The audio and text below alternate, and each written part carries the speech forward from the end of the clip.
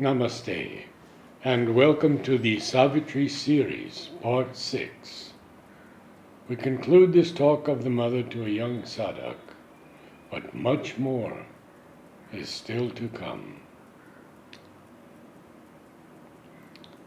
Some extracts from Savitri, that marvelous prophetic poem, which will be humanity's guide towards its future realization.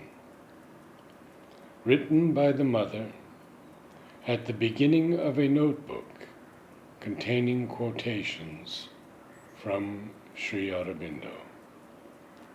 I believe that this is his message. All the rest are the preparations, but Savitri is the message. Some comments from Sri Aurobindo on Savitri. There is a previous draft, the result of the many retouchings of which somebody told you. But in that form, it would not have been a magnum opus at all.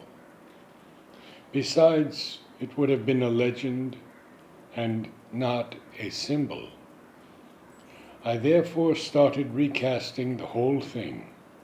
Only the best passages and lines of the old draft will remain, altered so as to fit into the new frame.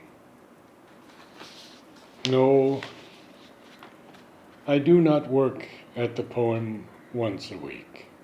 I have other things to do, once a month perhaps. I look at the new form of the first book and make such changes as inspiration points out to me, so that nothing shall fall below the minimum height which I have fixed for it. 1931.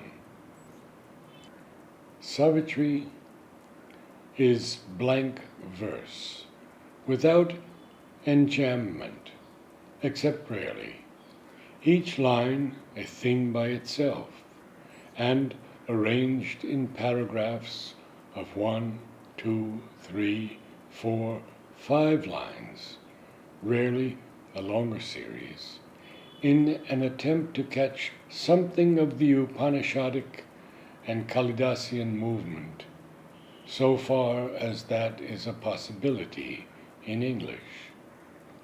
You can't take that as a model. It is too difficult a rhythm structure to be a model. I shall myself know whether it is a success or not, only when I have finished 2 or 3 books. But where is the time now for such a work? When the supramental has finished coming down, then, perhaps, 1932. That is very simple. And there's a footnote which I will read. The question was, we have been wondering why you should have to write and rewrite your poetry, for instance, Savitri, 10 or 12 times. That is very simple. I used Savitri as a means of ascension. I began with it on a certain mental level. Each time I could reach a higher level, I rewrote from that level. Moreover, I was particular. If part seemed to me to come from any lower levels, I was not satisfied to leave it, because it was good poetry. All had to be, as far as possible, of the same mint. In fact, Savitri has not been regarded by me as a poem to be written and finished, but as a field of experimentation to see how far poetry could be written from one's own yogic consciousness, and how that could be made creative. I did not rewrite Rose of God or the sonnets, except for 2 or 3 verbal alterations made at the moment. The question was, we have been wondering why you should have to write and rewrite your poetry, for instance, Savitri, 10 or 12 times, when you have all the inspiration at your command and do not have to receive it with the difficulty that faces budding yogis like us. What you write about your inspiration is very interesting. There is no invariable how, except that I receive from above my head and receive changes and corrections from above without any initiation by myself or labor of the brain. Even if I change 100 times, the mind does not work at that. It only receives. Formerly, it used not to be so. The mind was always laboring at the stuff of an unshaped formation.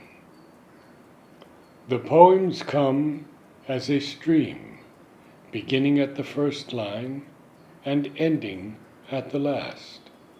Only some remain with 1 or 2 changes.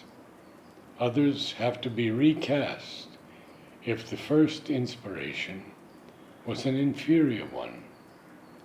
Savitri is a work by itself, unlike all the others.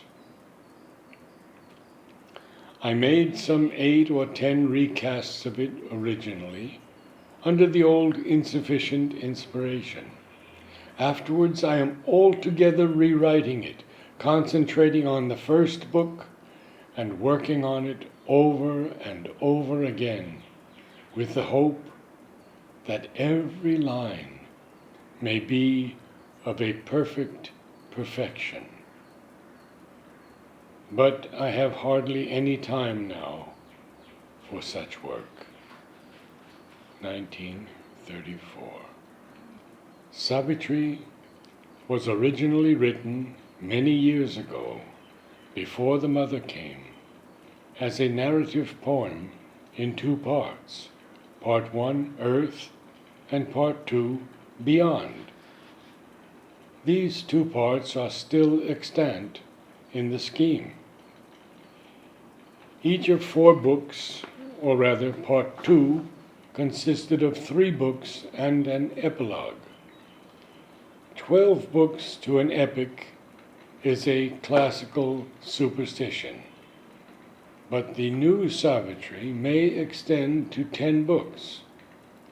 If much is added in the final version, it may even be 12.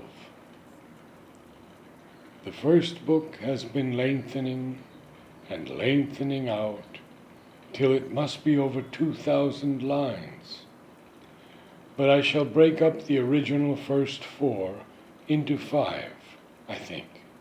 In fact, I have already started doing so. These first 5 will be, as I conceive them now, the book of birth, the book of quest, the book of love, the book of fate, the book of death. As for the second part, I have not touched it yet. There was no climbing of planes there in the first version.